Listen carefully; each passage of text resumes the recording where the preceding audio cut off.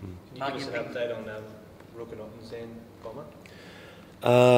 Look, Otto's feeling really well, and he's going to miss probably another 3 matches and come back after the bye. Joel Corey will be the same. And that's just a very conservative program. We could probably get them back another week before the bye, but if we're sort of towards the end of the year, but it is only round 10, so we're taking a very conservative approach, and Rookies probably hasn't got a return to play date yet. Are you worried about him for the rest of the year, or do you just sort of, it gets towards the end of the year and then you start getting concerned if he's not back to where you want him to be? I think the most important thing that we're concentrating on is going through the stages and making sure that he does get back. And at the moment, there's still plenty of time. So look, he's a very, very important player for us because he's just as hard as nails, and he really does help our team play well. So yeah, we're not sort of panicking at this stage. We still think he's a really good opportunity to come back into the team. Mark, Brad's someone that you've managed very lightly in the past. You know, you've just eased him in. Will you play him a couple of VFL games when he comes back, do you think? Brad? Yeah. Depends. Depends how much training he does beforehand. But more than likely not. We haven't shown in the past that we've played him in the VFL too often. So it's the same as Joel Corey. He'll probably walk straight back into. It's a real, I suppose, a good dilemma for you, isn't it? You've been pretty happy with Mark Blake's last couple of weeks? Just got a bit more of the ball? Yeah, more energy? Yeah, he's been good. He's done it last year too. You know, when Brad missed a fair chunk of the season, Blakey was our #1 ruckman, and people tend to forget that sort of stuff. So yeah, I'm a bit of a fan of Blakey's, and I think he's just got better every year. And I'm not sure how old he is. He'll be 24, but he's still, like ruckmen sort of tend to play if they're durable and stay fit without any sort of bone damage or posterior cruciate damage. Then they tend to play until they're 32, 33. So there's a lot of games in front of him. What do you make of the Deckers, Mark? They've certainly been on an upward curve this season. They look like they've really got some confidence in those young kids.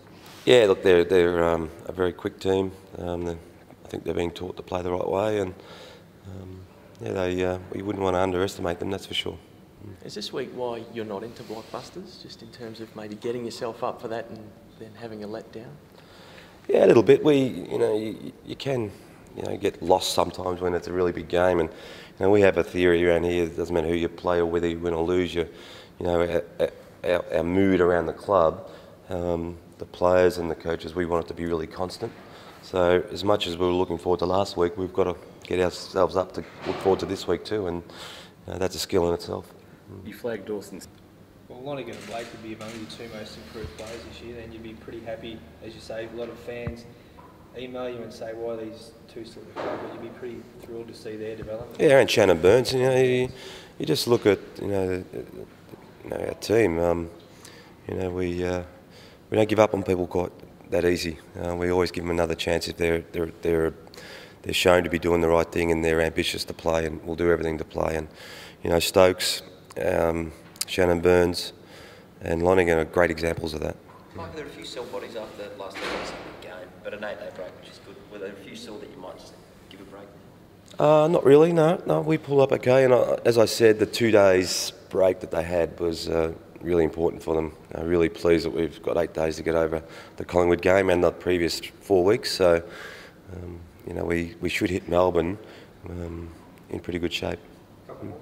It really seems set up for you. Obviously, you've got the extra break on them, and they've come back from Darwin in just really hot conditions. I mean, what can you expect out of them?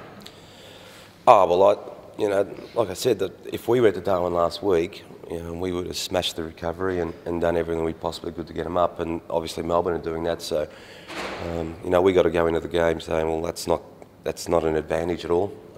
If it works out that way, great. But going into the game, we've got to say that Melbourne are going to come out and they'll be fine to play a game. What do you make about them coming down and staying overnight, Bomber, to simulate interstate travel? I'm not sure. It might work for some, it mightn't. I haven't got a theory on it. It's worth trying, I suppose. If they get over the line, it'd be definitely try and do it again next year.